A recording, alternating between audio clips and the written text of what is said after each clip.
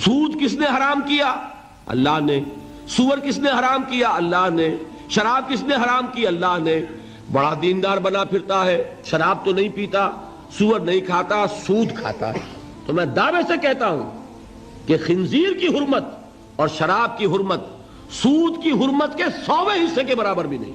الربا 70 جزءا، سود کے گناہ کے 70 حصے ہیں۔ ایسروہا، اس میں سب سے ہلکا حصہ اس کے مساوی ہے۔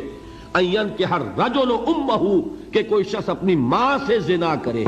اب آپ کیلکولیشن لگا لیجئے، کیا سور کے کھانے پر اللہ کی طرف سے اعلان جنگ آیا ہے؟ کیا شراب کے پینے پر اللہ کی طرف سے اعلان جنگ آیا ہے؟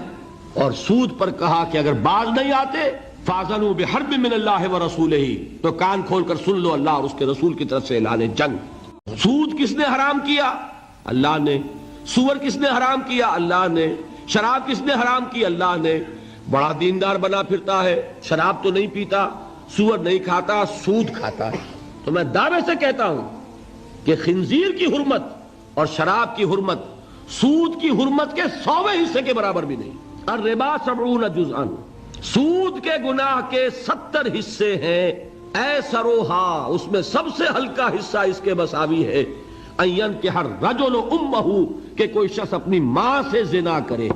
اب آپ کیلکولیشن لگا لیجئے، کیا سور کے کھانے پر اللہ کی طرف سے اعلان جنگ آیا ہے؟ کیا شراب کے پینے پر اللہ کی طرف سے اعلان جنگ آیا ہے؟ اور سود پر کہا کہ اگر باز نہیں آتے فاذنوا بحرب من اللہ ورسولہ، تو کان کھول کر سن لو اللہ اور اس کے رسول کی طرف سے اعلان جنگ۔